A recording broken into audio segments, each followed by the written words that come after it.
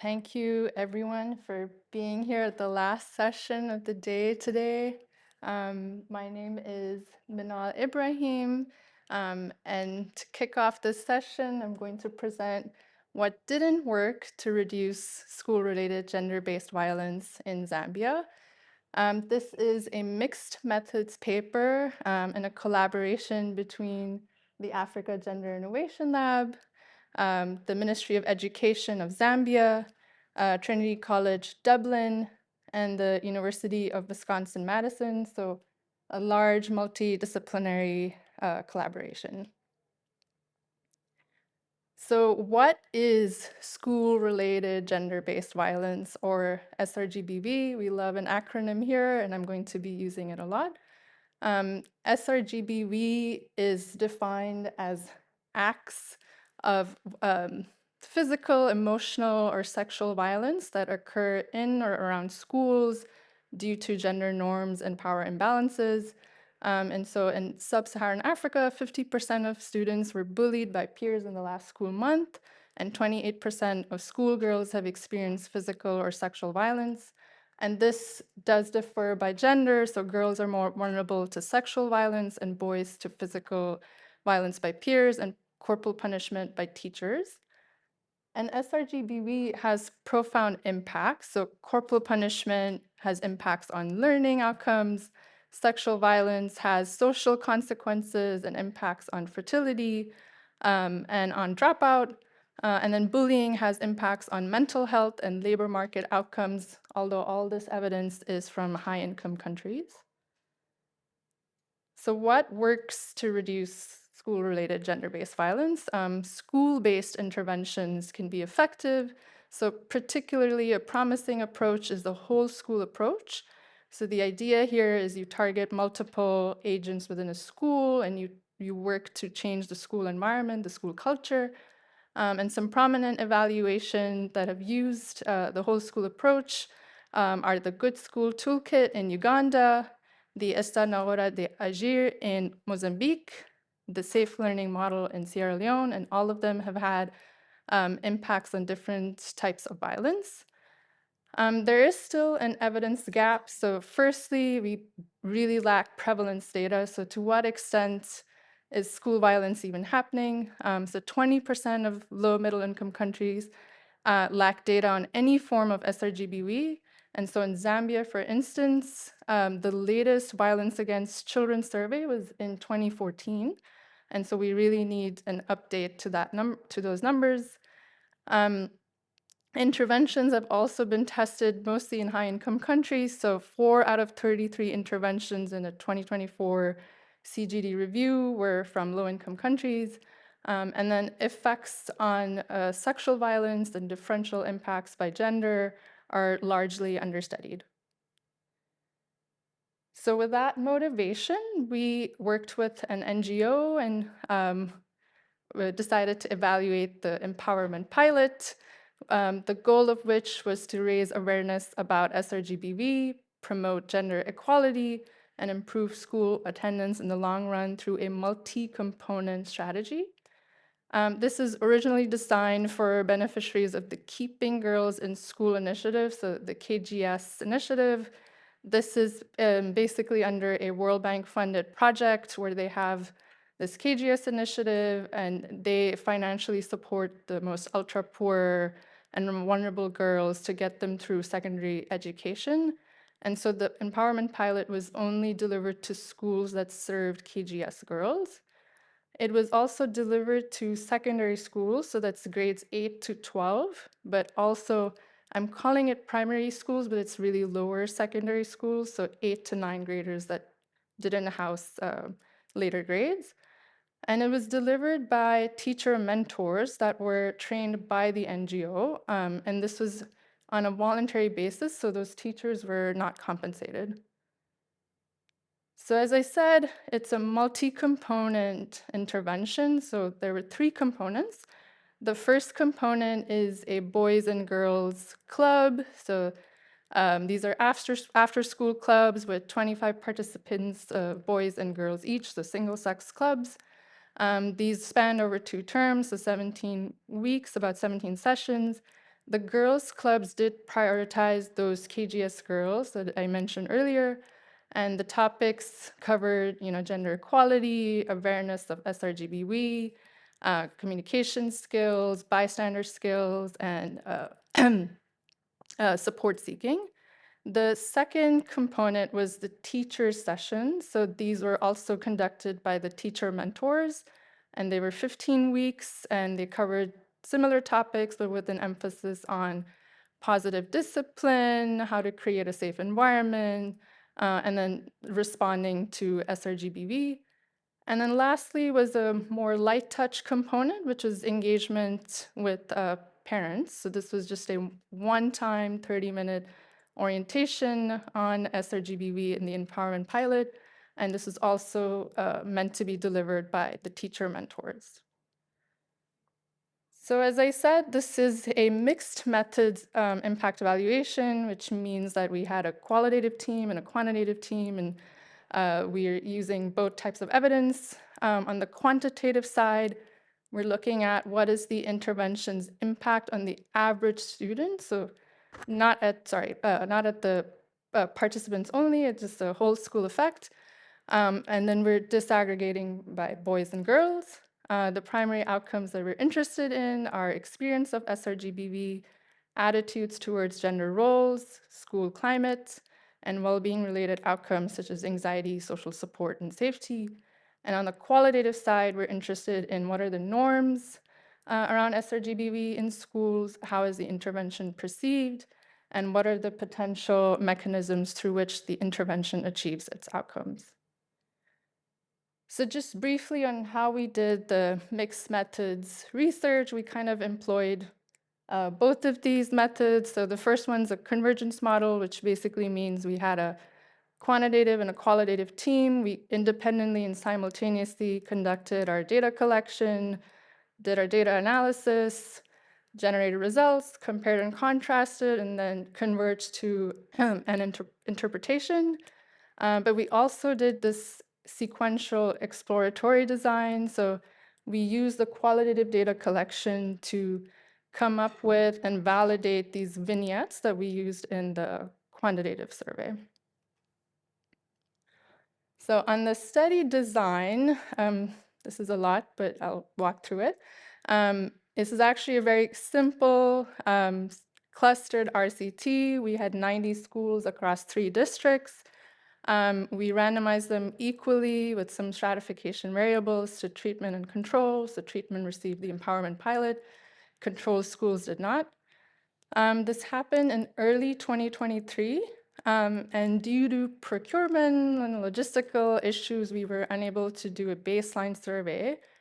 But as soon as the intervention started in May 2023, we snuck in like a school survey and a student listing survey. So the school survey is just a simple short survey on school characteristics that the principals completed. And then after that, we did 2 rounds of qualitative data collection in 8 treatment schools. So these involve focus group discussions, interviews, etc. And then we did some spot checks or club observations. And then in March 2024, which is 4 months after the intervention was completed, we did our only 1 round of quantitative data collection, which included the adolescent survey, the teacher survey, and attendance extraction. On the samples, as I said, we did do this listing survey, and so we randomly selected 25 boys and 25 girls per school for a sample of 4,500 students. We also selected 5 teachers per school for a sample of 450 teachers, and then we also attempted to interview all of those KGS girls for kind of a separate sample of a couple of thousand. But keep in mind, again, we were really interested in the school-wide impacts and regardless of participation. So, as I said, we don't have baseline data, but we have the school survey. And so we check balance on the school level. And on the school level, we're pretty well balanced between control and treatment. And to just give you a sense of These schools, they were on average, they had about 400 students. 12% were boarding schools. 50% were remote versus rural or urban. And then 30% were primary, but again, that means lower secondary schools. So before we get into the impacts, an important result is the prevalence of violence. As I said in the beginning, we're really lacking that kind of data, how much violence is even happening in schools in Zambia. And again, we don't have baseline data, but we have control schools. And what we find is that violence, or SRGBV, is pretty prevalent. So 60% of students experience some kind of physical, emotional, or sexual violence, with the most dominant form being corporal punishment by teachers. It's followed by emotional violence by peers. And while sexual violence numbers look low, the number we really want to see is 0. These all look pretty equal across gender, but boys were 4 percentage points more likely to experience corporal punishment by teachers, whereas girls were 3 percentage points more likely to experience sexual violence by peers, and this is statistically significant. So the qualitative data provides some insight into how violence is gendered. So firstly, violence is extremely normalized in these schools, especially in the context of corporal punishment. They really believe that if you misbehave, you deserve to be physically punished. And this is gendered. So we would hear accounts of, boys get a harsher form of punishments. They receive whipping and caning, whereas girls receive, different types of punishments, such as like chores. Secondly, there's a lot of victim blaming. So especially for girls, when it comes to sexual violence, girls are routinely held responsible for sexual violence that happens to them. So for instance, in one account, somebody said sexual violence happens to girls who wear short skirts or when they're bending a certain way. And then lastly, there's gendered credibility. So if they did try to report a case of violence, there's gendered stereotypes on who is believed or who is a credible victim. So if boys try to report a case of harassment by a girl, that's not taken seriously, or if a girl reports corporal punishment by a teacher, that's not taken seriously either. And so the system just fails both, but in different ways for the same assumption, which is, rigid gender roles and who is seen as a credible victim. And so violence is pretty gendered and the norms are deeply held. So moving on to the results.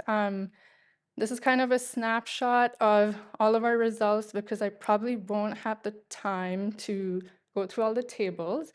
And what we're showing here is kind of in line with the knowledge, attitudes, and practices framework and how and if outcomes along this path change.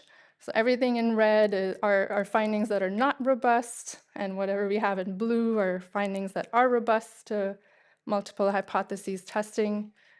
So starting with first order effects, knowledge and discussion, we find no impacts on knowledge. So this was already very high in our sample. 80% of students seem to know what an act of violence is. But we do see a 50% increase in the discussion of violence over a control mean of 17%. And so it seems that the intervention at least got people talking, but it could also serve as a compliance measure. Next, with attitudes and norms, we find a 4% improvement in injunctive gender norms. So these are questions like, out of the 5 people that mean a lot to you, would they disapprove or approve of X? And then we see a 1.4% improvement in boys' attitudes towards gender roles. These are very tiny and they do not survive multiple hypotheses. Next, we look at bystander behaviors. we see a 6% increase in descriptive norms, which is the belief that others would intervene if they witness bullying, and a 33% increase in bystander reporting over a control mean of 9%. This bystander reporting variable is a simple binary variable question that we ask: did you report violence in the last term on behalf of somebody else? These are just on the margin of surviving multiple hypotheses, but they don't. And then lastly, the experience of violence. We find no impacts on overall levels of violence in these schools, but we do see a 2 percentage point decrease over a control mean of 6% on sexual violence. But this is significant at 10% and does not withstand multiple hypotheses.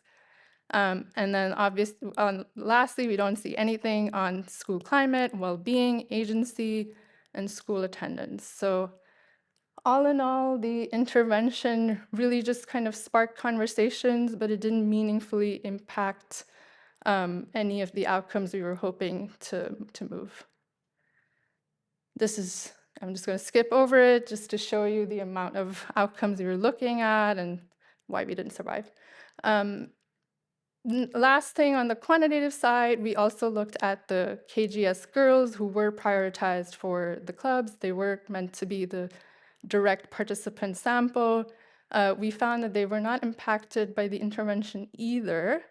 And then we didn't see anything on the teachers, but we also think that we were underpowered for both of these.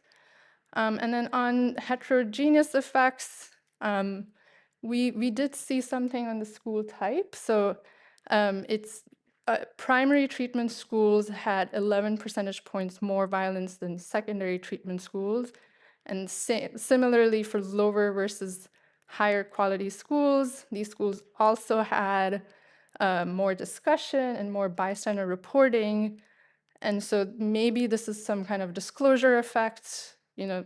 They're talking about it more, reporting as a bystander more, hence reporting more violence. It also kind of, our knowledge, attitudes, and practices framework kind of falls apart. But either way, we caution that the empowerment pilot may be less effective in primary and lower quality schools. So why did this not work? Obviously, implementation fidelity is important to look at. We didn't have a lot of M&E data, but we did receive some incomplete M&E data, and based on that, it seemed that the learner sessions were not fully implemented, so maybe 9 out of 17 sessions, but it did seem to have strong club attendance. Teacher sessions, even more missingness. Maybe 5 out of 15 sessions delivered. The qualitative data kind of suggests that the teachers did not have a lot of awareness about the topics that were covered. There were a lot of teacher transfers. And then the PTC sessions, the engagement with parents, we barely received any M&E data there. So for what we know, we don't think those happened at all. Okay. And then just to give some qualitative insights here, we think from the qualitative data that there is limited diffusion from outside of these clubs. So when we interviewed club participants, there were a lot of awareness and conversations about these topics, but respondents outside of the club, not in those clubs, didn't seem to know much, and one girl simply put it as nothing has changed. And then we saw that small shifts did happen, but not necessarily good ones. And so, for instance, 1 or 2 of the schools tightened their dress code,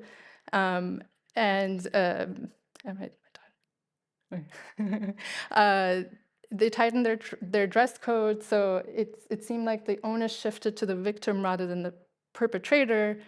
And then lastly, we found that there was no accountability mechanism in place. So a lot of students said that even if they tried to report a case of violence, they were never confident that it would be, taken seriously or any action would be taken. And so, obviously this intervention seems to have had conversations or awareness, but awareness alone will never be enough if there are no consequences, if there's no accountability, and there's no school-wide cultural changes. So to wrap up, we find that SRGBV is common and normalized in schools. The intervention was planned as a whole school approach, but not fully implemented. And it had limited short-term effects on attitudes, SRGBV behaviors, and experiences, and no gender differences. Believe it or not, this is getting scaled up. And we are working with them to kind of tweak the programming a little bit. And some of the things we suggest are, feasibility matters. This was a complex program. Teachers or volunteers. Sessions were after school. In low resource schools, this would not work very well. Clubs alone are insufficient. This operated as largely a club-based intervention. If the other components may have mattered if they had fully implemented those. And then there's challenges with the program design. So without enabling conditions like accountability mechanisms or institutional changes, these type of programs will be ineffective. But yeah, thank you so much. And that's it. Hi everyone, so my name is Simeon Lauterbach. I'm a PhD student at the Geneva Graduate Institute, and so I will be discussing your paper. So first of all, it's a great paper, and it's true that it provides very rare experimental evidence on school-related gender-based violence in low-income countries, but particularly in sub-Saharan Africa. And as you mentioned in the paper, there are only 3 interventions so far. And I also liked a lot when reading the paper that you always had the qualitative insights from the focus group discussions. I also like the focus that you're looking on school-wide effects and not just participants, because I think that's from a policy perspective the most important angle. And the paper really highlights the difficulty of getting some attitudinal change and then coming to some behavioral change. So I have some suggestions for the paper. So first of all, suggestions for framing. When I was starting to read the paper, I would try to embed it a bit more in the literature in the beginning so that I really know what's the difference in your intervention compared to other interventions. So as you mentioned in the PowerPoint, are we talking about a whole school approach, teacher-focused, only students approach? So what is the difference in your intervention to other ones? And also, very important, clarify a bit more the conceptual approach. So here we have a bottom-up, like a bottom-up approach, but maybe in this context, a top-down approach, for example, would also be very beneficial, particularly when I think about reporting mechanisms, for example. Then the intended mechanism, I think you are a bit too modest in the paper and how you frame the results. I think they're better than what you explain. So you train 50 students, you train teachers, okay? And you basically expect a big effect outside the training of these 50 students on more students. And I think this is a bit too ambitious theory of change. So in your paper, you're writing you have roughly 400 students per school. So you're training effectively 10% of the student body, and not all of them are always going to those lessons, basically. So I think there's a bit of a limited scope for school-wide spillover effects. And you do not discuss so much about the teachers as a key transmission channel. Like what was their role and why don't we see so much effects coming from them? So given that you have a lot of positive effects, you basically said they're statistically significant, but they don't survive the multiple hypothesis testing. I would simply try to frame the estimates a bit more as lower bound estimates. And I would discuss also a bit more in section 5.8 why we have those limited spillover effects. I'm trying to hurry up. My last point is 2 points I would like to give you forward. What I would do is, when we talk about the heterogeneous effects, I think there's limited guidance in the paper what heterogeneous effects you're looking at. So either you explain more why you look at them, or what you could do is also to run a lasso approach, look which key control variables are most predictive, and then basically explore heterogeneity across these dimensions. And very importantly, for me, the most important dimension is missing is school size. So I would expect if you have smaller schools and you train 50 students in a school where you have 100 students, you train half of the student body, there you would see more effects, okay? And the last point is, I think you could also do something about within school variation because you're tracking all students. You do the survey with all KGS girls, so you could basically run the experiment also within schools and not just across schools. But for the sake of time, I'm stopping here now, and we can discuss that more in detail after the session, okay? So since I am the chair, we have 3 to 4 minutes left. So usually, do you want to address my comments or do you want to take questions from? Hi, thank you very much. I've got a couple of questions in terms of the teachers involved. Did you do a split between male and female? Because I'd be interested in what the split was, because in my research, the observation is that sexual violence I'd expect to be higher, and I'd expect it to be perpetrated largely by male teachers, and therefore they have a vested interest in suppressing anything that's going on. And what I would also be interested in whether you ask the schools themselves whether the head teacher had taken any action against sexual violence historically. Because going back to that accountability issue, if there's no willingness to do anything about it, if it exists, then you're not really going to get anywhere in changing values or attitudes. So I just wondered whether you looked at that in any detail.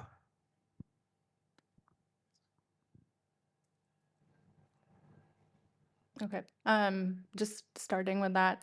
I mean, the teacher story is a gap for us for sure. We do have, I think in our teacher survey, we do interview 450 teachers and we have their sex and we have data on it. We're just not well powered to draw any conclusions there. Qualitatively, I'll have to go back to see if anything came out that would be worth incorporating in the paper, but that is important. And on your points, yes, heterogeneity dimensions, we did pre-specify a bunch. We also didn't have baseline data, so it's a little bit hard for us to do much on the heterogeneity. But yeah, we'll be more explicit about that. And then, yes, in terms of modesty of results, I think we are 10 co-authors on this paper, and we did have a lot of tension with this, where like, should we amplify? Like, we don't have any negative results. They're all suggestive and positive, and you're right. It's kind of this whole school diluted effect. But we wanted to adopt a conservative approach. And so we're kind of being more cautionary. But I think our next step is to do more kind of like quantitatively see if we can split that apart, especially with the KGS girls. I think that's kind of key. And yeah, and the school size, I'm pretty sure we looked at that, but I will incorporate that in the next revision of the paper. But yeah, if there's nothing else, thank you very much. As I said, my name is Simeon Lauterbach. I'm a PhD student at the Geneva Graduate Institute, and I'm presenting one of my PhD papers, Closing the Gender Gap, Differential Impacts of Public and Private Secondary School Subsidies in Uganda. And I want to start with one graph, which is basically plotting the secondary gross enrollment rate in sub-Saharan Africa over the last 25 years. And you can basically see 3 things here. First of all, the secondary gross enrollment rate is still low. So currently it's at roughly on average 44%. It has increased since 2000 from roughly 27% to 44%. But since 2012, there's no progress being made.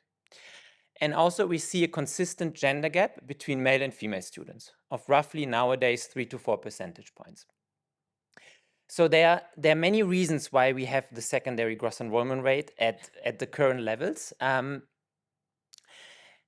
We can discuss many reasons. So there's supply side constraints. For example, schools have insufficient capacity, teacher absenteeism, but there's also demand side constraints such as cultural barriers, distance constraints. For example, schools are too far away, which very often affects female students more than male students. And high schooling costs, so high schooling fees very often. So in my paper, I'm going to look at Uganda. And in Uganda, I estimated from the LSMS data that for those students who did not continue to secondary school. Very often they simply report, so 4 out of 5 kids, they simply they reported they could not go to secondary school later because of the high schooling fees. So I'm asking, what are the impacts of large-scale school fee reduction programs on educational outcomes and inequality in particular in terms of gender? And I'm looking at a very specific program. I'm also asking, are these effects differently? Do they differ by private and public schools? And I'm going to explain more in a second where those research questions are coming from. So I want to begin by setting first the landscape, so to understand better where we're operating. So in Uganda, we have 7 years of primary education and 6 years of secondary education. We have roughly 50% of students at the secondary level that are enrolled in public schools, but also 50% of students that are enrolled in private schools. So it's a large private schooling market in Uganda. We have lower secondary education rates compared to the average across sub-Saharan Africa. So in 2000, I think this was 2018, it was roughly 25% for male students and 20% for female students. So it's substantially lower. And we have a weak transition rate. So what I was showing you before is that only 44% of students that finished primary 7, so that did the investment to go until the end of primary school, they also transitioned to secondary school. Okay, so not even 1 out of 2. And as a general setup, there are also the school density of secondary schools in Uganda is low in the sense that on average, students have to walk, they usually walk 5 kilometers to any secondary school. Okay. So the Ugandan government basically decided in the year 2007 to eliminate tuition and registration fees in all public schools. And so it basically worked that the students did not have to pay these fees anymore. And if we think about household costs, the elimination of such fees basically reduced total schooling costs by 50%. So it's a large-scale school fee reduction program. But there was a problem that, which is this citation showing, that very often schools, students, they simply could not go to a public school that became part of the program because the public school was too far away, which this citation is showing. So the government of Uganda said, okay, we also going to subsidize tuition and registration fees. And this is very unique. This was not done in any other country before. The simultaneous subsidization of public, of schooling fees in public and private schools. So also in private schools, if for students there was no public school available within a 5-kilometer walking distance. So the idea was really, okay, we want to expand the access to secondary education in the short term and in a cost-efficient way. So the government is not building new secondary schools, but rather we use the existing private infrastructure. So in terms of treatment, we can think about having a fee reduction policy and a reduction in distance.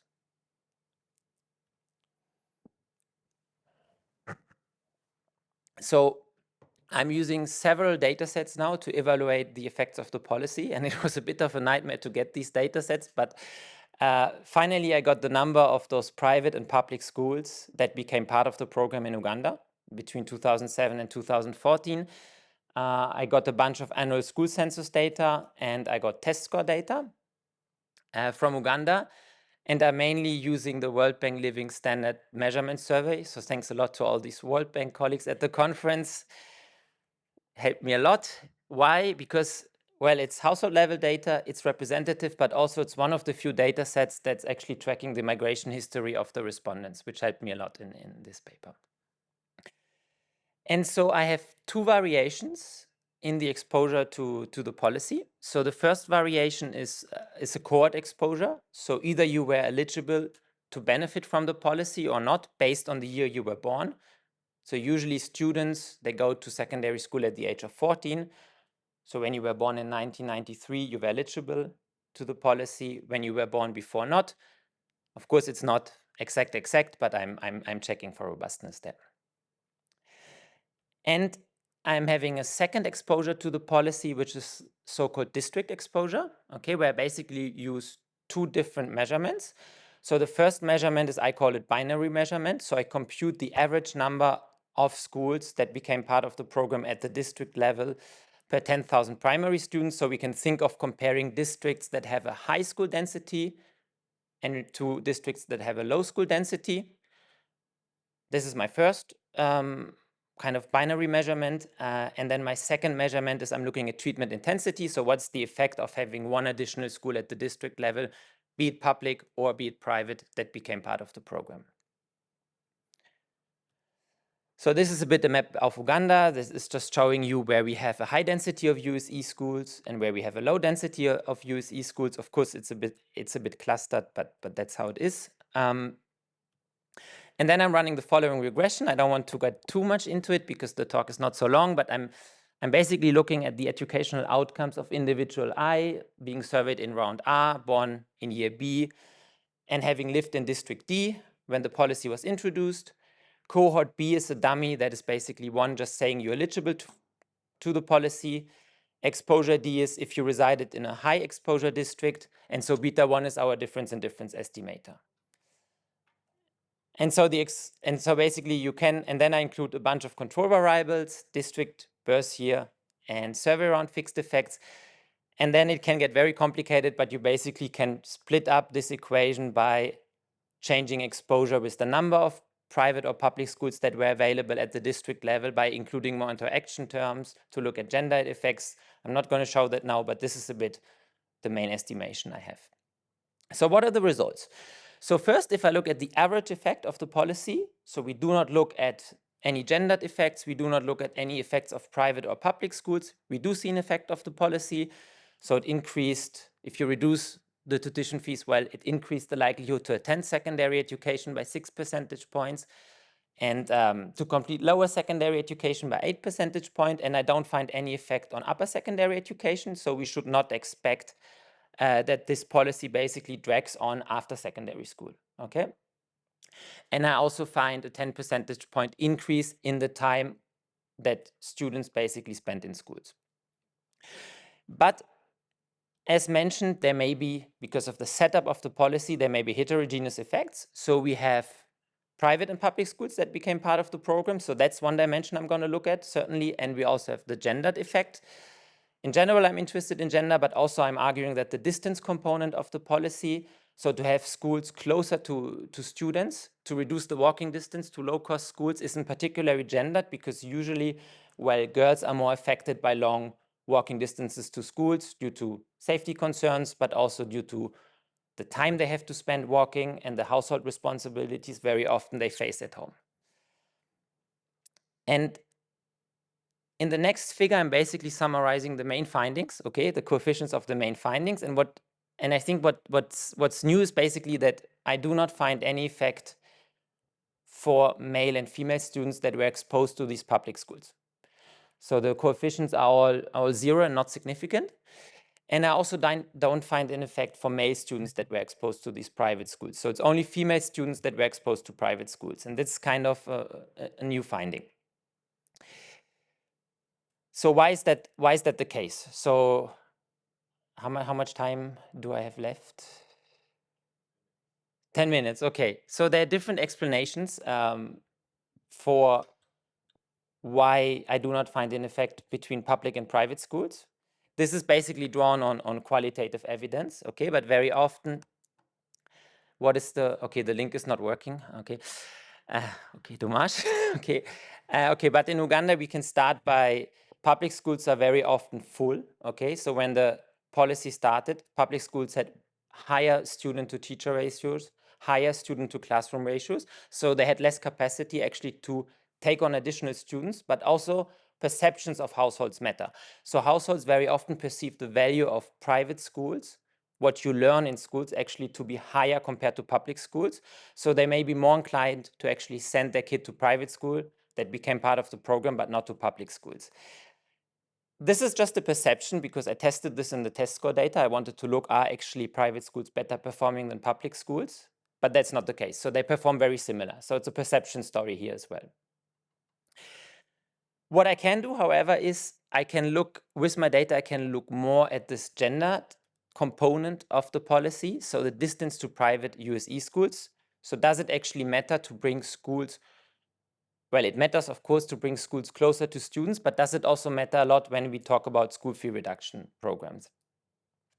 So what I'm basically showing you in figure 4 is simply, this is just a descriptive statistic from Uganda, and it's basically just showing you educational attainment by male and female with respect to the distance to the closest secondary school there is. And what you can see is, so any closest secondary school. And what you can just see in this figure 4 is simply, okay, you have throughout a gender gap, okay? So overall, male students, men basically have higher levels of education, but this gender gap increases once we also increase the distance to the school. So this is kind of plays to the story, what I told you in the beginning, that distance actually matters more for girls than for male. And I was wondering, okay, it is true that the policy basically by including the private schools decreased the average distance of students to any public or private low-cost school from 5.8 to 4.8 kilometers. And I was interested to look a bit more, okay, do we see the effects of the policy for female students that really live close by, or are there also effects of the policy for female students that live a bit further away? So basically they may take buses, it's getting cheaper, they can afford buses. So do we see any difference there? And the good or bad news is there is no real effect, okay? In terms of, we only see the treatment effects for female students, what is shown in figure 5, for girls that live very close to secondary schools. So what I'm basically doing in the paper is I'm comparing the treatment effects between so for male and female students, between those that live close and to those that live 5 to 20 kilometers, 5 to 15 or 5 to 10 kilometers away from schools.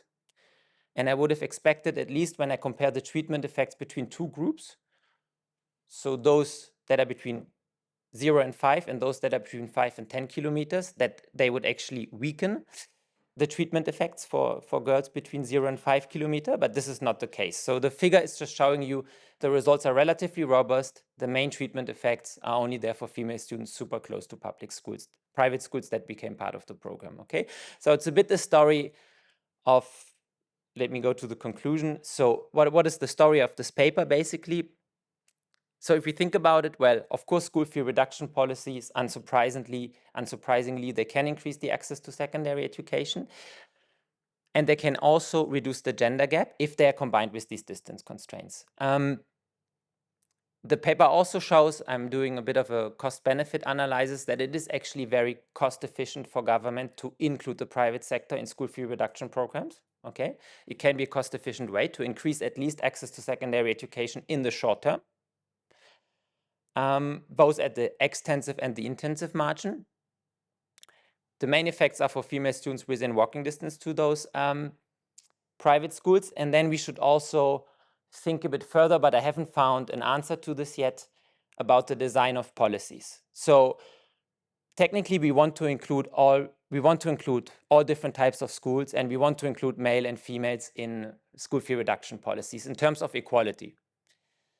But the question is, if nowadays we are operating in a more and more resource-constrained environment, maybe in terms of equity and in terms of cost effectiveness, it could be more beneficial to basically target such policies a bit more. But I don't have an answer to this point yet, or I don't want to make an answer, basically. Okay. So I think I was a bit faster, but okay. Sometimes you practice and you're 20 minutes, and then you present and it's 5 minutes. I can see you spent a lot of time doing this paper, very nice paper. I have very few comments and also questions, and some of these questions you may not want to react to them if you want. So, I mean, the first comment I made, I said, we would expect that this type of policy would have more effect on public schools rather than private schools, but your result shows the opposite. And also in the paper, did you say that the public and private schools have the same quality of learning and teaching? I think you mentioned something like that in the paper. And I would think that that's not the case in Uganda. Well, so I also noted, now, so could students who were already in public schools switch to private schools? That's migration. Also, does the policy promote teacher recruitment? Did the policy increase the number of teachers that were recruited within the period of the policy? Okay, so now general comments. So I think the main identification is on one, cohort, pre and post 1993, and also district level exposure, high versus low use intensity. However, the policy is national and simultaneous. Correct me if I'm wrong. And thus, there may not exist a clean untreated group since the policy was national policy. And districts with more use schools may systematically differ in pre-existing education demand before the policy, political prioritization, and infrastructure development. There are also a few areas of weak pre-trends which undermine causal inference and interpretation. Did you do event study? You did it? Okay. I don't think I saw it. Now, even though you argue limited migration, which is 13%, I do not think that this resolves the issue of selection bias. And the last comment is that private schools may have self-selected into the program, as well as you showed that actually the number of private schools doubled, and these private schools may have built their schools in areas of high demand so that they could benefit from such policy. So was this addressed in the paper as well? Thank you very much. Okay, so these were a lot of questions. So let me try. So I think let me try to be brief. Okay, so the first question was about the quality of private schools. So it is a 20-minute presentation, so I could not go too much into detail, but there are a lot of private schools, and not all private schools became a part of the program in Uganda. Only those that were within 5-kilometer walking distance, but also that charged lower tuition and registration fees before the policy. So only low-cost private schools became part of the program. And when I looked at the educational differences in test scores between those low-cost private schools and public schools, I didn't find such a big difference. But it's a t-test that I did. I didn't find a big difference in terms of test scores. Then identification, of course, it is a nationwide policy. It is a bit messy. There's a lot of things going on. That is why I try to move away from the binary measurement and to go to the continuous measurement to really just estimate what's the effect if we have one additional school at the district level in Uganda. And doing this, looking at exposure at the district level, also gives a big advantage, because all the points you mentioned about selection or all the points you mentioned about migration, I don't care so much about it anymore, because I'm only looking at the average educational change at the district level. That's it. And I also have births here and district fixed effects, region linear trends. So I'm quite confident that the results I'm actually presenting are causal. But maybe I should, I try to address this a bit more in detail in the paper. Okay, thanks a lot. Yeah. No, thank you so much. Maybe just going back to the quality of private versus public. So those test scores, are they comparable? Are there like nationwide test scores corrected in the same way across? Okay. Yeah, so Uganda usually has a nationwide test score system. So I basically had access to the lower secondary education exit exams. And very importantly, I also had access to the scores of students before they entered the secondary school. Okay. So I could basically compare a bit better what are the changes in test scores. Yeah, so I think that's super important. Yeah. Then you said you were working on the cost data. So I was wondering, do you know already, is it more costly for the government to work with those private schools? I was not clear about the policy, how it works exactly in terms of subsidizing. Yeah. And that's very important for the policy recommendation, right? No. So basically what the government does, it pays the tuition, it pays a subsidy to the school for the students. And so basically the numbers they released is how much subsidies they paid in million and what were the administrative costs. And so you could break it down to basically the cost per $100 spent and the learning effects per $100 spent of the government. And But is the cost per student, is it different between private and public school? for the government? No, very good point. The subsidy is fixed between Okay, private and so that's public super schools. So it's not, that's why they only took in low-cost private Yeah. schools. So the cost of these schools were between private and public schools were comparable at the onset of the policy. Great, thank you. Thanks for the question. Thanks for the presentation. My name's Seth from the Gates Foundation. I think this is a wonderful contribution, particularly to the having visibility on the impacts on private attendance. I think it's really unique in that regard. So congratulations on that. I think it has very direct policy relevance. I think you're framing it as a subsidy. You might want to connect it to like the voucher literature. I think Yeah. thinking, speaking more broadly to kind of the themes of school choice and how the supply side responds to that. I wouldn't think of like new private schools setting up as necessarily a bad outcome. In some sense, maybe that's a great outcome, leveraging the incentives of the kind of private, quote unquote, private sector or whatever we think of private schools as. The other thing is that, notwithstanding all the concerns about the quality of private schools and whether or not people are getting the same level of education, and it's actually accumulating human capital, I wonder if I'm not clear exactly what structure of the LSMS you're using, whether the longitudinal or just the cross-sectional. But you should have like fertility, pregnancy, and all of that, which is obviously like the Duflo 2024 paper. Obviously, is intergenerational, but it's based on these implications for parents and things like that. So if you could say something about fertility, pregnancy, marriage, reduced teen marriage, reduced sexual debut or later sexual debut, that would be really, really fascinating. I think you probably can in the LSMS. Yes.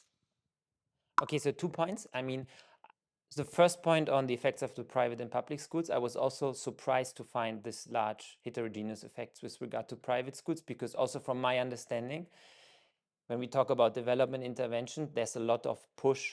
That was also the case in Uganda to not subsidize private schools. So they stopped subsidizing these private schools in 2019 with the argument they don't have any effect.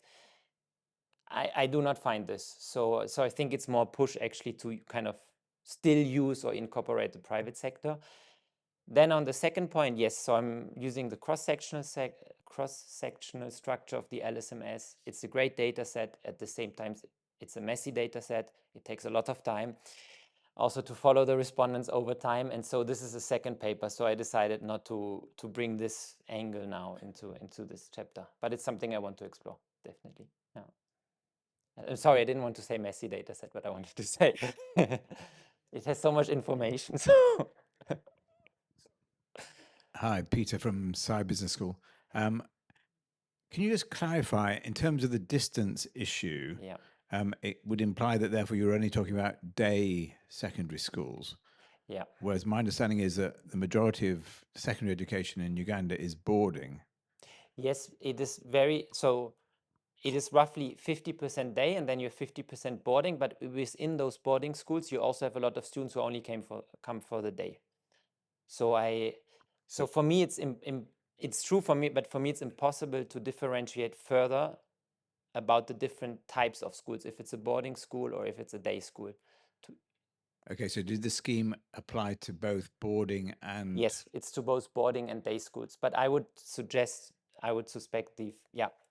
So I just wonder whether, looking at the data in a bit more detail, to differentiate completely boarding... Yeah, I actually could do that with my annual school census data. Might throw out something interesting. It would also fit into the pregnancy, teenage pregnancy issues as well, because if it's a safer environment where... Yeah, it's a very good point. That's a very good point. Thanks. I think about it, and then maybe I will also find different effects with respect to gender and can explain this point a bit more. Great, thank you. Yeah, okay. One question. Okay. Yeah. I was wondering if with the data you could look at the threshold and like students that are just above and below and could switch to the private school, and how does that affect? Maybe you've tried. I don't know. It's actually a question if you've tried No, that. I've not. Okay. Yeah. So I was wondering, like if you're just below the 5 kilometers, so you keep in a public school, and then you're just above and you switch to a private school, how does that affect your results at school and performance? I do think also the perception of private school would be super interesting to look at a bit more in terms of sort of aspiration for the girls going to a private school. What does that mean for the parents? There might be something to explore there. And heterogeneity analysis, I was thinking, have you looked, because you have household level data, if I understand correctly, what about the siblings going also to schools? If there is also a sister going to school, or if the mother went to school, I think that could be interesting to look at this. And also the main activity of the household, because obviously there is a cost opportunity if you have children working for the household in agricultural field. Maybe they don't want to send the girl or the boy at school. So maybe that's also something to Okay. add in the heterogeneity analysis. I added all your points. I cannot address them now, but these are great points, and I will work on it. They never stop, the papers. Thank you very much. Thank you everyone for coming. My name is Elanya Nduka.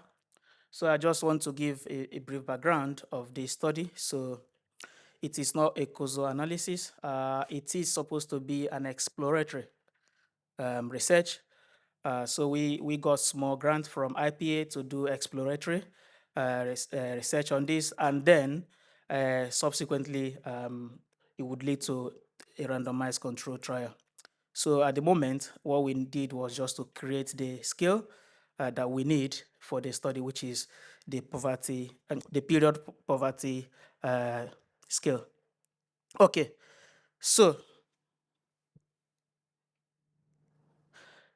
yeah, so many people don't really understand period poverty. When I mentioned to them that my study has to do with period poverty, and they always ask, what is period poverty? So period poverty has to do with three components, especially in developing countries. One, lacking access to menstrual products. Two, lacking access to sanitation facilities. And three, lacking access to menstrual health education. So these are the three components of period poverty. And in terms of data, globally, there are around 5 million women and girls who lack access to menstrual health resources. Then in sub-Saharan Africa, up to 10 to 20% of school time lost due to menstruation. In Nigeria, specifically where this study is focused on, approximately 24% of school days are lost annually due to menstruation or lack of adequate products to manage it. And there is widespread use of unsafe alternatives. Girls and women use clothes, they use tissue, and sometimes these clothes are used and reused. Now, in the literature, so most studies, existing studies, focus on the financial and availability and access aspect of period poverty, that is access to menstrual products. And the financial aspect, the inability of girls and women, to afford these products monthly. Whereas we look at it from three dimensions, like I mentioned earlier. In fact, four domains actually, okay? 4 domains. So the research questions, does period poverty affect mental well-being? How about educational outcomes? Does severity matter? That's what we call dose-response relationship. So the key contribution, one, so this is a brand new multi-dimensional period poverty scale, as we call it in this study. So this covers 4 domains and 12 questions. And we use, in terms of mental well-being, we use validated mental health measures, the Warwick-Edinburgh Mental Well-being Scale, which uses 14 questions to assess mental health.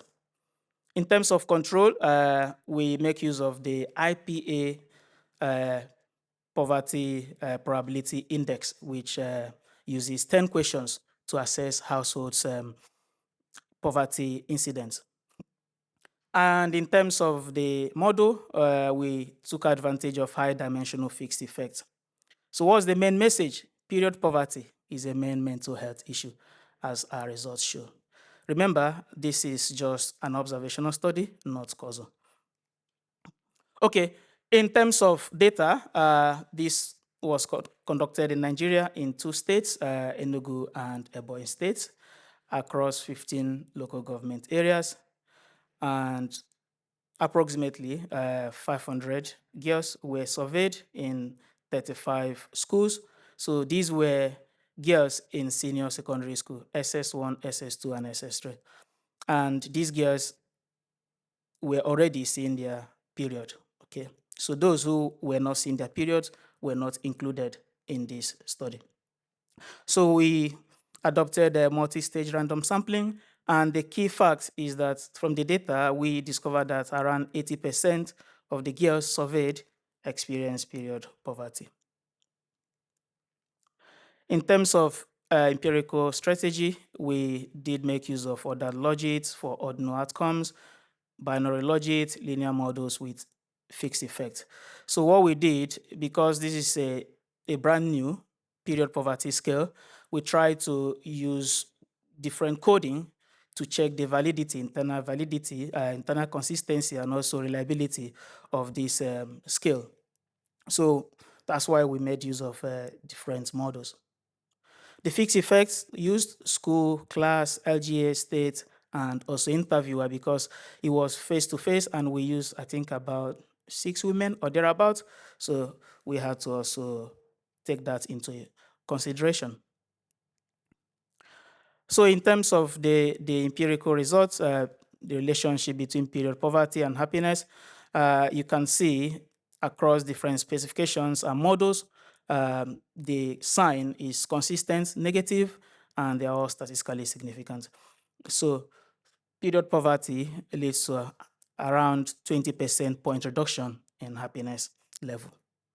So girls who experience period poverty are 20% less likely to report being happy. So in terms of the other logit, we can see that period poverty shifts probability mass away from higher happiness levels. So the probability of reporting happiness is actually, period poverty has positive effects on the probability of reporting different levels of happiness in terms of non-positive, in terms of a little of the time positive, in terms of some positive. But in terms of the actual happiness, most of the time and all of the time, we can see that the coefficients are all negative. We also use another subjective well-being scale, which is life satisfaction, or some people call it quality of life. Again, the sign is consistent across different specifications and models. So 20% point reduction in life satisfaction due to period poverty. Again, looking at the other logic, we can also see that period poverty shifts probability mass away from higher life satisfaction levels, making them negative. So another scale we use is the Warwick-Edinburgh mental well-being scale. Here, we can also see the same negative relationship and strong association. This scale, like I said, uses 14 questions. All the questions are positively worded. So there is a large decline in mental well-being using this Warwick-Edinburgh mental well-being scale, which is around 0.47 standard deviation.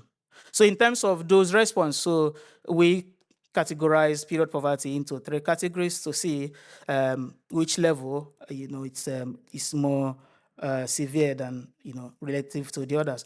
So we saw that when it comes to severe period poverty, that reduces mental well-being by around 0.991 standard deviation. So this is in comparison to no period poverty. The moderate aspect also is in comparison to no period poverty level. In terms of educational outcomes on attendance, math score, and English language score, we did not find any strong association. So what's the takeaway? Stronger effects on mental health and weaker effects on educational outcomes. So I haven't presented the result because no stronger association. So identification, economists will always talk about identification. So this is cross-sectional, right? Not causal. And how do we mitigate this? We use rich controls. For instance, the poverty probability index. We use high-dimensional fixed effects. We also did some diagnostic IV, test using a set of seven institutional and school-level variables. and we found no strong endogeneity. So what's the next step? Planned ROCT. So in conclusion, the multidimensional nature of period poverty highlighted in this study implies that single component interventions are unlikely to be sufficient. So just providing school girls with menstrual products is not going to solve the problem of period poverty. So any intervention needs to at least integrate these three aspects: products provision, wash infrastructure, and stigma reduction. And the last presenter is going to talk about this stigma reduction. Thank you very much.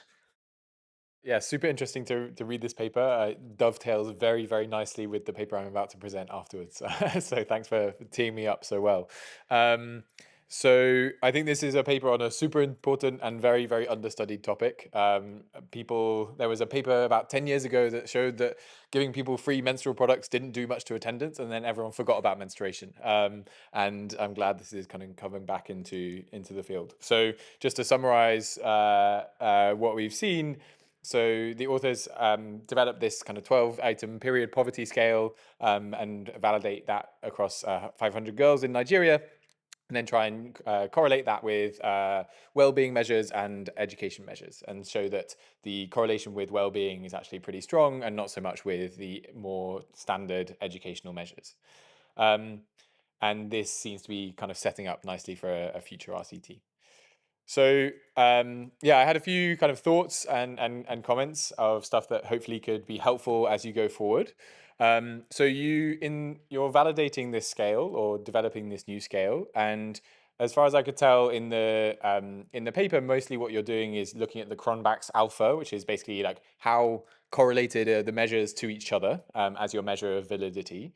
And I think what would be really helpful to add to that is a factor analysis, which goes beyond just like the overall measure of internal validity and tells us, does this look like one factor? Are there multiple subcomponents that are correlated more with the other questions? And I think, again, going beyond what you've already done, just linking that index together and seeing which of those measures are actually correlated with well-being would be helpful. Also kind of disaggregating more. So you have this figure A7 in the paper that just gives us the means of all the 12 items. I'd love to just see, sorry, you only show for 3 items, I think. I'd love to see all 12 items as well. And then I also wasn't clear from your paper what the thresholds were. So you're talking about this severe period poverty, the moderate, and the none. And I don't know what the cutoff is for those buckets. So that would be super helpful to understand what's kind of going on under the hood as well. So I'd love to kind of hear your perspective on some of these bits. I was intrigued to know, I'd never heard of this Warwick mental well-being scale. I'd love to know why you chose that instead of some of the more standard things that I've seen in the literature, like the CSD or the PHQ-9, which measure depression. Maybe it's been validated in Nigeria. I would be interested to know more about that. And then, so building on some of the stuff that I'm going to be presenting next, some of your measures more related to stigma and attitudes. It was kind of unclear whether they are measuring people's perceptions of social norms. So what do I think is the norm among my society, or people's personal attitudes? And I think those can sometimes come apart. There's this whole literature looking at, can you misperceive the social norm? So maybe you privately don't believe something, but you think everyone else does. And seeing if there is that kind of dynamic can be helpful for understanding whether you can get social norm change. So potentially adapting these questions or tweaking them to distinguish these more carefully would be helpful. Whoa, what did I do? Maybe that's all my stuff, I guess. I thought I had it. No, I have another slide somewhere. 3 out of 4. How do I get there? Okay, great. Thanks. Of course. I do have more stuff, yes. So the figures 4 and 5 in the paper were a bit confusing. They looked totally flat, as if there was maybe something going wrong with the code, and I wasn't quite sure how to interpret them, so maybe just worth double checking those. And I guess this is my bias, and given what I'm presenting next, I do think stigma around menstruation is a really, really important dynamic, and maybe adding some more questions on that specific aspect rather than the more mechanical stuff around not having access to products could be really important, and also understanding whether those are driving some of the associations I would love to see. And then, yeah, you kind of gave us this teaser trailer that you're going to do in RCT. I'd love to know what that's going to be about, so that we can discuss that further as well. Yeah, so I think that's most of the stuff from me. Thanks. In terms of factor analysis, yeah, so I mean, it's a working paper. So after we submitted it, we did a lot of more of robustness and all that. And I will just show you that we actually did it later, actually. So you're right, we didn't do it before.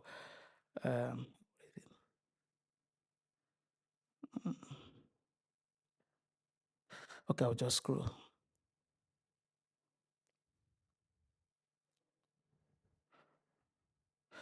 Probably I start with the stigma aspect you talked about. Okay, so this scale comprises 4 domains, and one of the domains has to do with menstrual education and stigma. Okay, so 3 questions on that. In terms of validation, you can see factor analysis, the results of factor analysis for internal structure, then convergent validity, non-groups validity. So we did all of that after we submitted the paper. What other thing did you talk about? Okay, the threshold. Okay, in terms of the moderate and the severe period poverty threshold, so the moderate only focuses on access to products and financial aspect, whereas the severe now captures both the stigma and the impact on education and infrastructure as well, menstrual health education. So moderate, just financial and access product. What the severe also comprises the other three components. Okay. What other thing did you talk about? Yeah, I think I've answered the main ones. You talked about figures, right? Which I didn't present here. Yes, you're right. I think what we did, because we didn't find any strong association between educational outcomes and period poverty, we just tried to see if there is any difference between girls who are in period poverty and girls who are not in period poverty to check their educational outcomes. Not a quantitatively sophisticated method, but just a prediction. Okay, and we saw that the trend were just flat. Yeah, so that we might take to the appendix, because a reviewer made similar comments, JDS reviewer. Okay, I think that's all the questions you asked. Yeah, thank you very much. Mhm.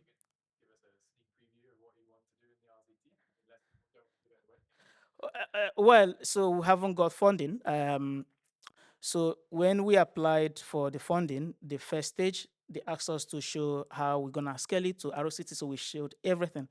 But after we've done the exploration, rather, I don't want to mention the president, but because of reducing funding for Africa, they said no more funding. So we'll look for alternative, sources of grants, and then I might not share what we're gonna do in the ROCT, but it will be interesting.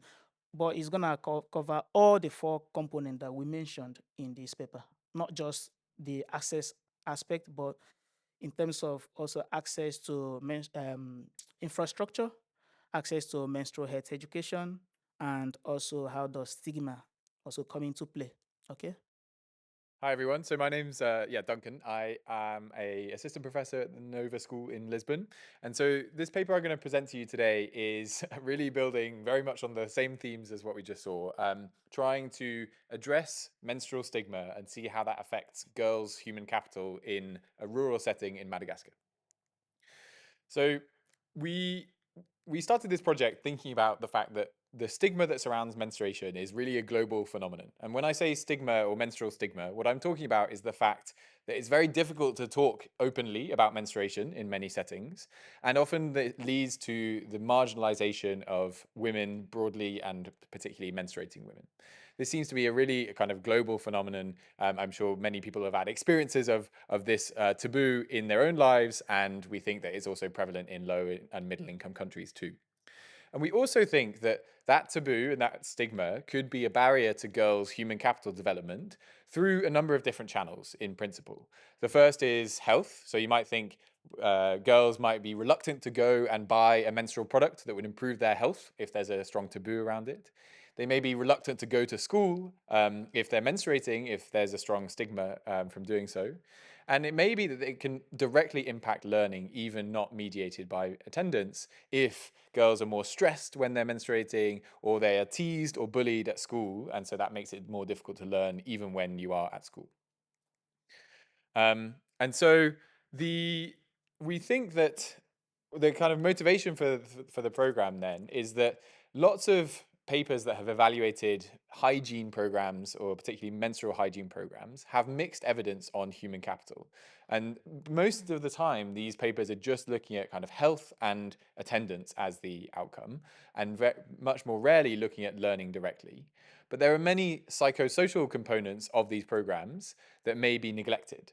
So lots of hygiene and menstrual focused programs include components of kind of sensitization or encouraging collaboration around a mission, or focus on stigma directly as a specific example of a psychosocial mechanism.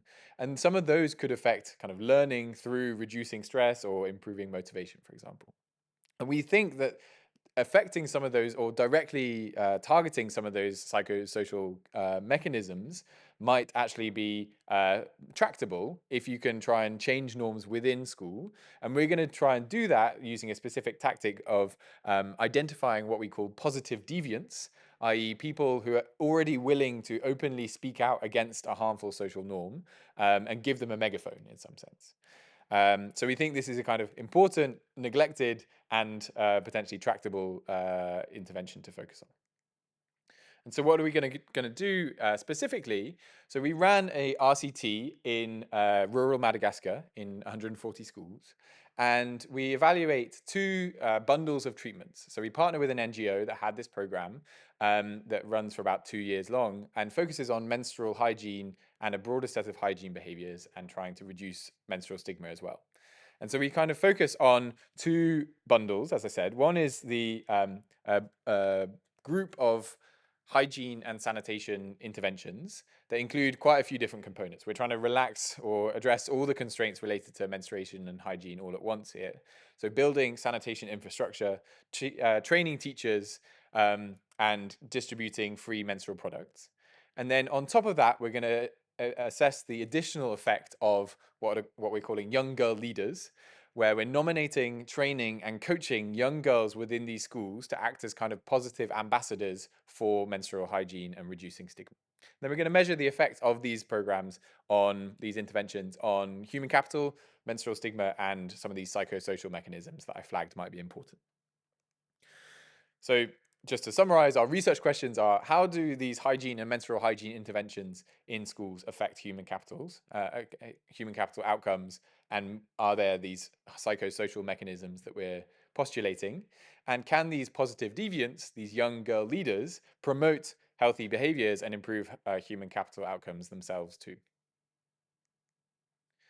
So to preview what we find, the intervention package led to these large improvements in the things that you might expect to move from these interventions. So improving hygiene knowledge and hygiene behavior, reducing the stigma around menstruation, because that's part of the program content. But then it also leads to these improvements in a broader set of psychosocial measures. So we find indicators of reduced stress and anxiety using biomarkers, specifically heart rate, improved social relations between students, and some indicators of increased motivation. And then those seem to have knock-on impacts on important human capital outcomes. So we don't find effects on what you might expect to change based on a menstrual hygiene program, so attendance or enrollment or health. We do find effects, pretty large effects, on learning when we test girls on math and literacy at endline. However, we do find an important but kind of unintended consequence of the program is to increase pregnancy, at least when those young girl leaders are not in place. So I'm going to go through each of these kind of these results in turn and unpack them a bit. So where are we working? Let me tell you more about this context. So we're working in this central region of Madagascar called Amormani, highlighted in red there. And we're going to be working in a set of 140 schools, which includes about 12,000 girls. And in our sample, the average age is going to be about 14 years, and the average age of Menaal is about 14 years. So we have some girls that haven't started menstruating. We have some primary schools as well. And this is a very highly constrained, kind of economically constrained environment. People are very, very poor in this context. The extreme poverty rate in Madagascar as a whole is about 80%, and it's similar in the region where we're working. There is quite substantial evidence of menstrual stigma at baseline and in the control group in line. So we ask people, would you be willing to kind of openly discuss menstruation with other people? Lots of people say one shouldn't do that. And accordingly, they have relatively rarely heard their own classmates speak openly about menstruation. And interestingly enough, at baseline, there's quite a strong correlation between our measures of menstrual stigma and learning outcomes, suggesting that might at least be a constraint in this environment. And just to give you a sense of where we're working, this is actually one of the nicer schools where we're working, but you can see that it's very remote. This is a very rural area. The school infrastructure is not great. This place does have a relatively good building with a reasonable roof, which is not true of all the schools, but just to give you a sense. And this is inside one of the classrooms as well, where I sat on a very noisy lesson. So what are we doing in this RCT? What's the design? Each school is randomized into one of 3 different treatment arms. So there's 35 control schools. There's this base program bundle, which includes multiple components, partly teacher training, so a curriculum of hygiene and sanitation training for 2 teachers per school that also includes a focus on menstruation. There's a committee who are nominated in the schools that includes teachers and parents, focused again on hygiene and sanitation. So that's kind of more the soft stuff. And then we also build toilets and build hand washing basins at the schools and distribute free sanitary pads after the first year of the program for all girls in schools. So you can see this is a big bundle of different things. We're trying to address many constraints at once and see how that affects the human capital outcomes at the end. And then in 70 schools, we layer on top of that base program what we're calling the Young Girl Leaders Intervention. And here that was about 4 girls on average in each school who are nominated as these ambassadors for menstrual hygiene and hygiene. And they were selected on this quality of positive deviance. Are they already willing to kind of speak out against the existing social norm and the taboo? And so if they are able to do so or willing to do so at baseline, we then train them up, make them more effective at sensitizing their peers, and also give them the information that they should have in order to distribute good hygiene practices among their peers as well. And so that's a relatively intensive program where they're getting a lot of weekly visits for the first 2 months of the program, and then by every other week after that to follow up as well. And so they're basically asked to sensitize their peers either in formal classroom sessions or just at break time on these issues around menstruation and spread good behaviors in that way. And so how are we thinking about these interventions working? So the hygiene interventions and the young girl leaders, we're hoping will have these these effects on kind of proximate factors like knowledge and behavior of good hygiene practices, reducing stigma, and maybe changing the psychosocial environment. And possibly those will then have a knock-on effect on these human capital outcomes and the ones that are very much welfare relevant. Okay, and so how are we measuring the effects? The main source of data that I'm going to be showing you stuff from is the end line on our surveys of the girls. So we had 17 girls per school. That gives a total sample size of 2,400. And then we also did some additional data collection, some unannounced spot checks to measure absenteeism and enrollment throughout the year. There were 5 of those. We have official report cards for GPAs from the schools, and we also did some lab in the field measures to see if menstrual stigma was going down and actually translated to changes in behavior. Okay, so what do we find? The first kind of striking result, as I said, is that we find these strong impacts on learning. This is a program that really focuses on hygiene and menstrual hygiene. It does not talk about math, it doesn't talk about literacy. And yet, when we test at Nline ourselves on those kind of academic performances and cognitive tests, a joint index of those tests improves by between 0.12 and 2.1 standard deviation, depending on the treatment arm. That's a pretty large effect. That's at the 75th percentile of the effect sizes of learning programs in low and middle income countries. And we also find that it translates to improvements in girls' official GPAs. And accordingly, they progress through classes more quickly. So they go from, most of the time, that's going from the final year of primary school, more often actually going to the first year of secondary school. We don't find much, we don't have many measures on the boys. We do have their official school grades. They don't move very much, although we can't reject differences between girls and boys. Interestingly enough, there doesn't seem to be an additional effect on learning of the YGL element. These point estimates are all smaller, but not significantly so. But it suggests that they're not at least improving learning. We can be relatively confident of that.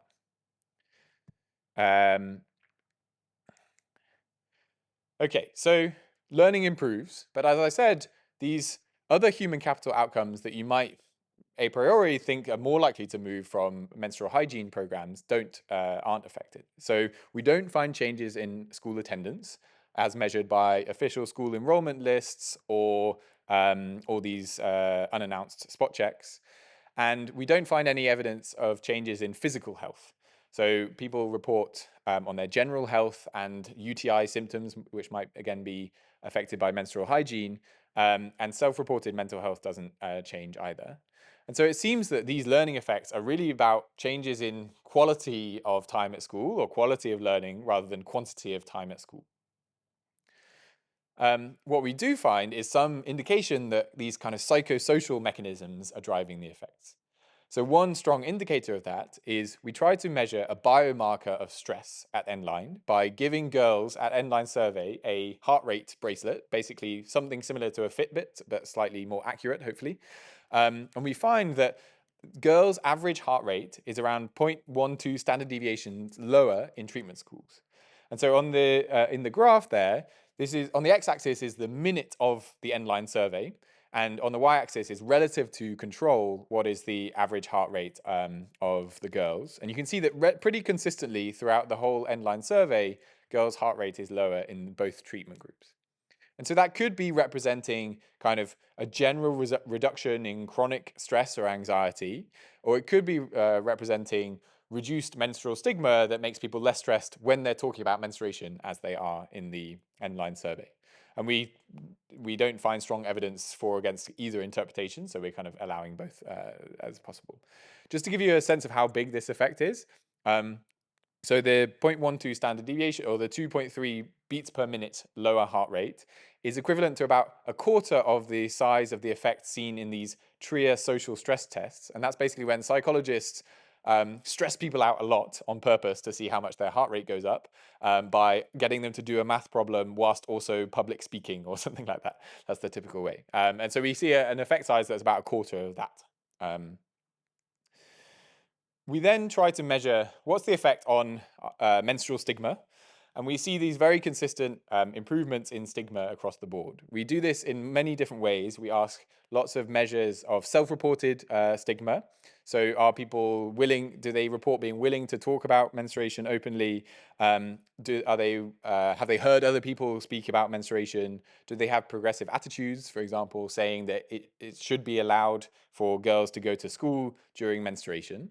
All of these improve. So on the graph there, you've got the treatment effect in standard deviation across lots of these different measures. relative to control. And that's often, it's above 0.2 in all cases, sometimes up to 0.6 standard deviation. So pretty large effects.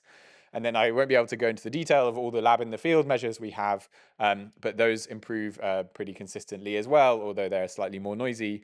So the information supply experiment we do, we ask girls to stand up in front of other people and choose whether to speak about menstruation or another topic that's less stigmatized, and see how often they pick to choose to speak about menstruation. That improves in the treatment groups. We also do a dictator game where we ask girls to share biscuits with someone that has either spoken about menstruation or not, and see how willing they are to do so. So that said, so it's not just the self-reported measures, which might be more vulnerable to social desirability bias that improve. We also find these translations into the lab in the field measures as well. And then we also find the kind of more first stage style outcomes improving. So girls know more about good hygiene practices, both related to menstruation and not. And they also implement those practices more often in the treatment schools. And as I said, we find these kind of broader improvements in the psychosocial environment in the treatment schools as well. So there is a reduction in severe bullying in the treatment schools, even though there's slightly more bullying specifically about menstruation. That's a kind of composition effect rather than a level effect. And then we also find that girls report more social connections, so more friendship. They are playing together with more other students, sharing together more often. And so that network connection index that we create improves by about 0.2 standard deviations. Okay, so there's why do we think that learning is improving? We think the psychosocial mechanisms, that cluster of broader improvements, but also the menstrual stigma itself, could be underlying the effects.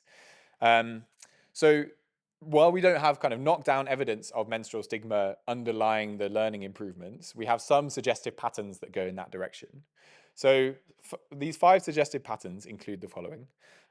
One is that the learning effects are actually larger for girls who are menstruating at the time of the survey. So we ask girls, are you menstruating now? And those girls are driving larger treatment effects than non-menstruators. Just the very magnitude of some of the stigma measures improving suggests that it may be a plausible kind of first order channel. We don't find any detectable effects on boys' grades. And so that is consistent, at least, with a gender-specific impact from the learning. As I said, there's this kind of strong correlation at baseline between menstrual stigma and learning that, again, suggests that it could be a binding constraint. And then another suggestive pattern is that we have this midline survey after just 1 year rather than 2 years of the program. And basically only learning and stigma are improving at that midline, whereas lots of the other outcomes that would be plausible mechanisms haven't moved yet. So it suggests in terms of the speed of that movement, it might be a key mechanism. And then, as I said, the broader set of psychosocial improvements could plausibly be underlying the learning effects. There's a big literature in psychology suggesting that basically when people are less stressed, they're more able to concentrate and are more productive, and that could explain better learning in school if they're more able to concentrate. And you can see clearly that being bullied less often or having more social connections at school may improve motivation to learn as well.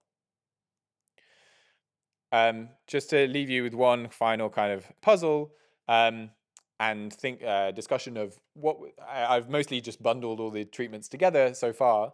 What were the additional effects of the young girl leaders? And in particular, why did the young girl leaders not seem to lead to additional effects on learning, even though on some measures of stigma, they improved a bit more?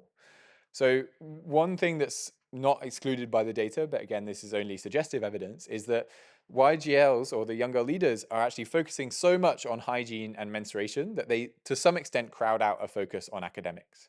That they are, really focused on that one issue, and that maybe reduces people's focus on math and literacy. And then we also find some evidence that, at least in primary schools, it's actually very difficult to find these girls who are positive deviants, who are willing to speak out against the social norm. And in those primary schools, we find actually a negative effect of young girl leaders on, like, a significant negative marginal effect on learning, and don't find any offsetting improvements in other dimensions. What we do conclude, though, is that if you look across the full set of outcomes, I haven't had time to show you everything by primary and secondary, but in secondary schools, there is kind of an unambiguous benefit of the young girl leaders, because they don't reduce the learning benefits, and they improve some of the measures of psychosocial mechanisms a bit more. And they also mitigate this kind of unintended consequence that I didn't have time to go into, which is the increase in pregnancy we see in the base-only schools. The young girl leaders seem to kind of prevent that. And I can go into discussion of why that is if we have time afterwards. Okay, so we've shown that this menstrual hygiene and menstrual stigma program that was implemented in rural Madagascar led to these surprising large gains in learning for girls in these schools. And that seems to be driven by this cluster of psychosocial mechanisms, reduced stress, reduced bullying, that could have led to kind of improved quality of learning whilst at school, rather than the typical things that people think about in this context, which would be attendance and health. And we also showed that these positive deviants may be effective at kind of changing harmful social norms, and mitigating some negative consequences of the base program that we examined. So I'll leave it there, and thank you so much for listening. Okay, thanks so much. I'm just gonna get right to it. So firstly, this is the second time I'm seeing that presentation, because I don't know if you remember, but you came to Jill and you presented to us, so I received a nice double dose. And I really enjoyed reading this paper. You know, I'm not gonna summarize it. You summarized it very well. I think my favorite part of this paper is this norm change via like positive deviance, you know, rather than trying to change everyone's attitudes individually. You're identifying and amplifying these girls who are already willing to defy the stigma, and I think that's very clever, very scalable. I literally mentioned it to my co-author a month ago that this was very cool. Secondly, I think you undersold it during your presentation, but you've got so much cool stuff happening with measurement. Like you have self-reported stuff, but then you have the enumerator observations, the heart rate monitors, you have several lab and field, reveal preference measures. That's a major asset in possible offshoot papers. And then lastly, of course, you're highlighting a novel mechanism, which is psychosocial improvements in the school environment can drive learning gains, so lower stress, less bullying. My comments honestly are minor. It's a pretty lengthy paper. I don't think you need to do a ton more. Maybe it's just tightening, clarifying, things like that. So the first one is, you know, the stress channel. There's like a reverse causality alarm bell in my head about it a little bit, that, you know, are girls who are doing better academically, are they just less stressed? Because you're measuring that heart rate that you measured is at end line only, so you can't establish temporal ordering. And the other thing I couldn't square up is, you know, if the stress effect was equal across both arms, right? So it's not like it was higher in the YGL arm, and or like where the learning effects were higher, and so it wasn't like proportional to me. So just maybe give that a little more thought. Second, you know, the anti-stigma component of the base program isn't clearly defined. Maybe that's not meant to be a very, you know, maybe the anti-stigma component really sits in the YGL arm, but maybe that wasn't clear to me when I was reading it. And then I feel like it was kind of a footnote or passing sentence about who exactly is exposed to the intervention. So I think you said something around like 5th to 12th grade or something, and then you sampled 3rd to 12th, like it kind of spanned over. And so were you expecting spillovers onto non-participating grades? And then lastly, I think this is maybe honestly a clarification, but are your, YGL learning effects like is it a mechanical effect? So I think you just mentioned it, but there were 4 YGLs per school on average. And so are they part of the 16 or 17? Yeah, you can respond to it later. But and so if they're just driving down your mean because they're performing worse academically, can you do like robustness checks and checking them out? But maybe, yeah, that's just a clarification. Some minor points, just on the multiple hypotheses grouping. I know you group it with your primary outcomes and maybe also group it with the well-being, the mental well-being family, just because I think those measures are null, just to cover your bases. And then second, maybe be a little upfront about your pre-specified primary outcomes. I don't know if learning was specified as a primary outcomes, what were your power calculations designed around, just some transparency there.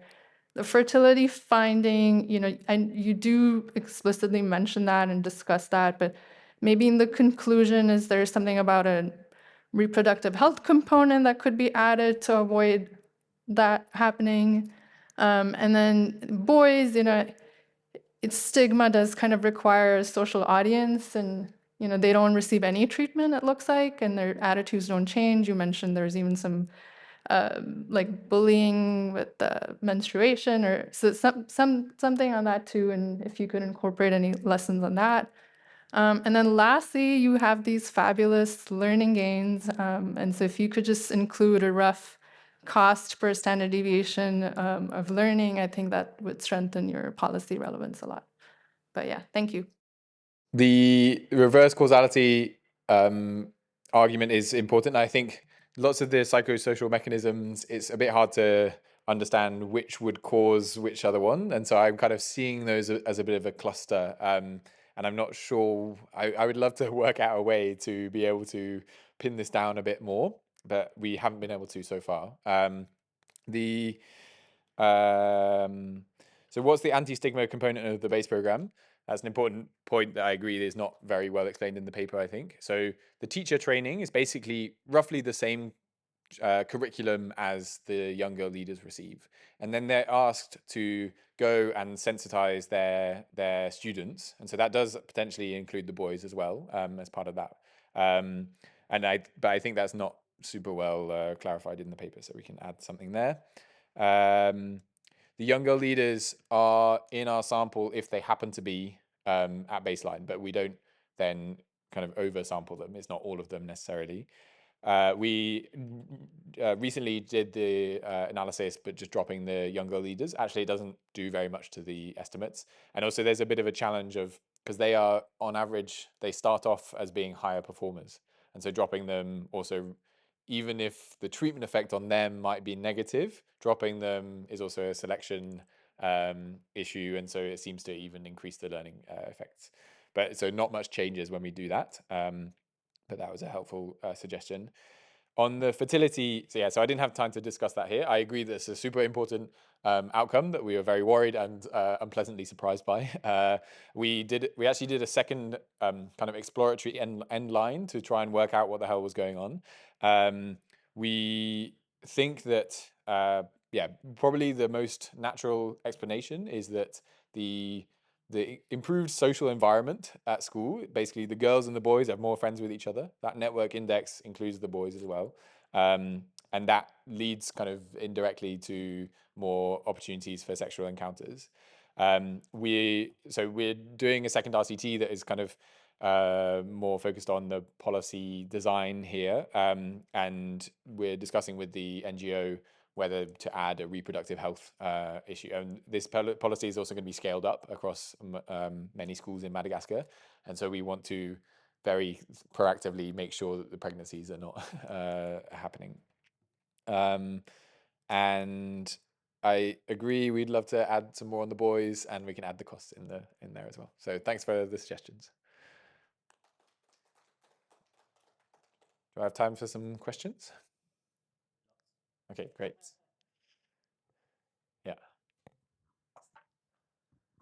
Yes, thank you very much. I think it's a super nice paper.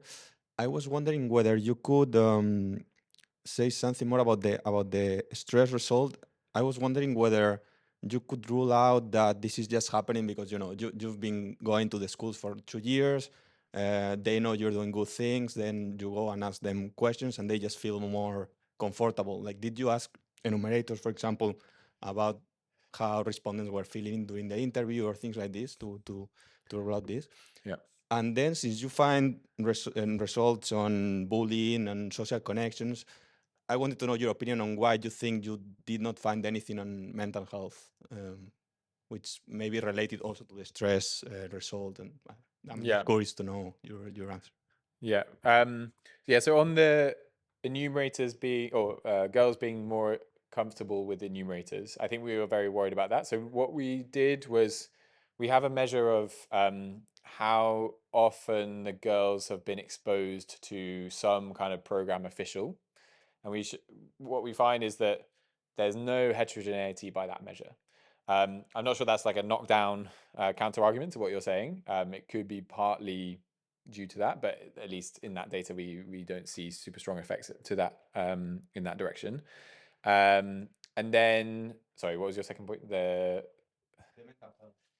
So why do we not find effects on mental health?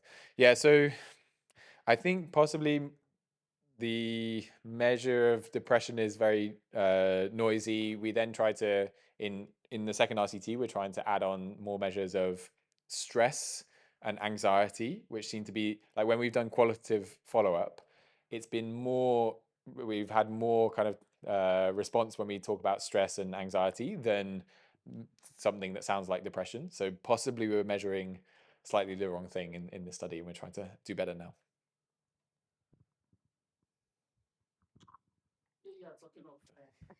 I think that is well, I have a bunch of questions, but you can Yeah. just answer one or whatever. So one is, I guess, like the way that I'm seeing the young girl program is like a little bit of a role model, right? And especially if it's going to be a scale up. If you look closer to literature and education, it is really about timing, right? So a lot of the education literature and role models, all for women on like getting into labor force participation is in a specific moment where you have to make decisions. I'm not really sure how it works here because you're doing it 14 years old. I don't know for how long they have get menstruation or in this specific area.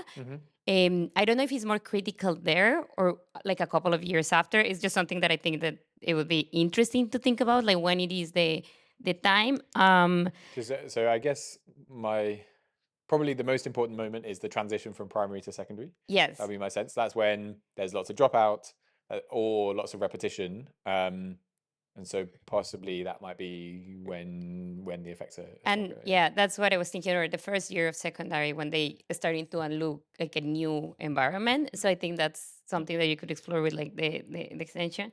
I was wondering whether there is like a difference of high achieving girls or boys. Like I don't know how different are the test scores at baseline for everyone. Like everyone has really similar, or there are some that like are really good students, and whether that's making any difference. And something that it goes more into I maybe I got confused there. I don't know how you're measuring norms, if whether it's individual perception or the individual responses versus the community perception, or if you have both. Both. So I think it's really important that you measured, and that goes a little bit with the composition of the classes.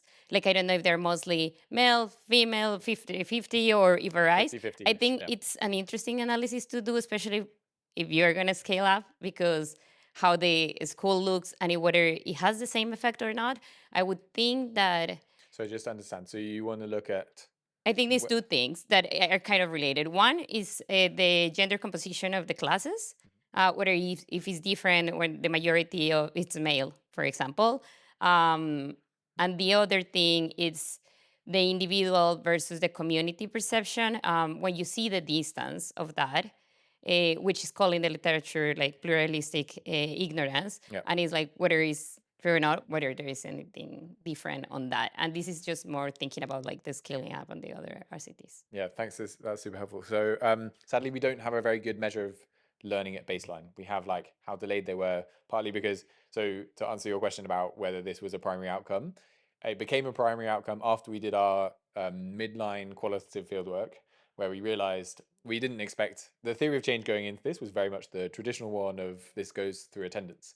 And then we went there and people would just kind of say to us, we think like our daughter is doing better at school. And we were like, okay, let's measure that properly. That means we don't have the learning at baseline. But yeah, so we have kind of grade delay, but it's very noisy. We can definitely look at gender composition by class. That would be interesting. My sense is there wouldn't be that much variation, and it would probably be around 50-50 most of the time, but I haven't looked at that, so I can definitely check. Thanks. Yes, so thank you very much. Very nice paper. Somebody talked about, I think, mental health and all that. I think the problem with using some of these validated skills is that some of them are positively worded while others are negatively worded. And what I've tried to do in the past is to use different types of these skills. I mean, that reminds me of the question you asked about using a Warwick Edinburgh mental well-being scale. Because previously I've done studies using some of these mental health stuffs, and I've come to see the ones that are better in that context, you know. Yeah. So it's always good to use different skills and not these subjective well-being skills. For instance, in that study, I also used GHQ by WHO. The result was not good at all. Okay. Previously, I've used perceived stress scale. I don't know if you've come across it. Yeah. So it's good to you have a combination of, because of the way they are worded, the way respondents answer might also change the result or the outcome. Yeah, I agree. It's hard to measure these things.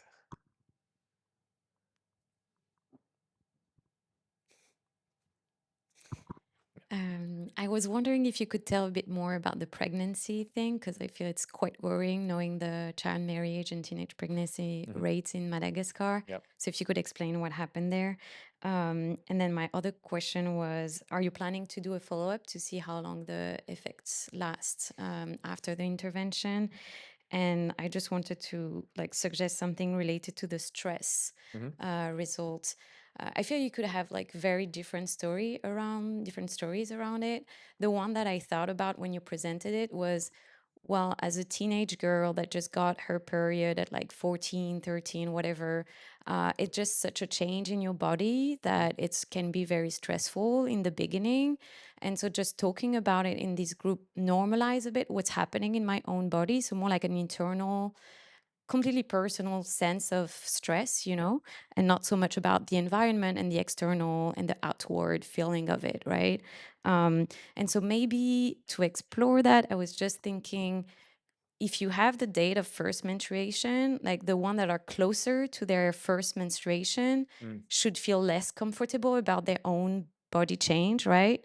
And the one that are like have more experience with menstruation should feel more comfortable about that. Maybe that's something to explore. Yeah, that's very helpful. We may have done some analyses similar to that about like whether you have menstruated or not, but I'm not sure the one that you just described, so that's going to be helpful. We didn't have scope to do a long-term follow-up because they wanted to intervene. The NGO rightfully wanted to intervene in the control schools, basically after the end line. But we're doing a second RCT that has an end line coming up in 2 months, which basically the big part of the cost is coming from the building the toilets, as you can imagine. And so for policy reasons, we want to know, does that do any of the work? And because my prior is actually that that's not driving most of the effects, given all the psychosocial nature of the mechanisms that seem to be going on. And so if the infrastructure alone is not actually that useful, scaling up without the infrastructure might be the most cost-effective direction. On the pregnancies, yeah, as I said, this came out of the blue a bit for us. We think that it's related to the improved psychosocial environment. So being more friendly with all your peers could lead to pregnancies. We also, one other mechanism that we find support for is that in the status quo, girls are having a conversation about abstinence with their mothers often when they first menstruate. So they have their periods and their mothers say, hey, you shouldn't touch any boys right now because you'll get pregnant. And it's possible that that was crowded out by the base only program, that the mothers in presumably kind of thought that conversation is already being had, and so I don't need to have it with my daughter. It's a taboo topic, so I don't want to kind of feel reluctant to do so. But what we find is when the younger leader is there, she fills in that role, and she actually does have good information. And we have some evidence that girls are asking about contraception, for example, to the younger leader, and so that's probably why it's mitigated with the younger leader there. But yes, we wanted to understand that much better, and we need to do better in the future. Yeah.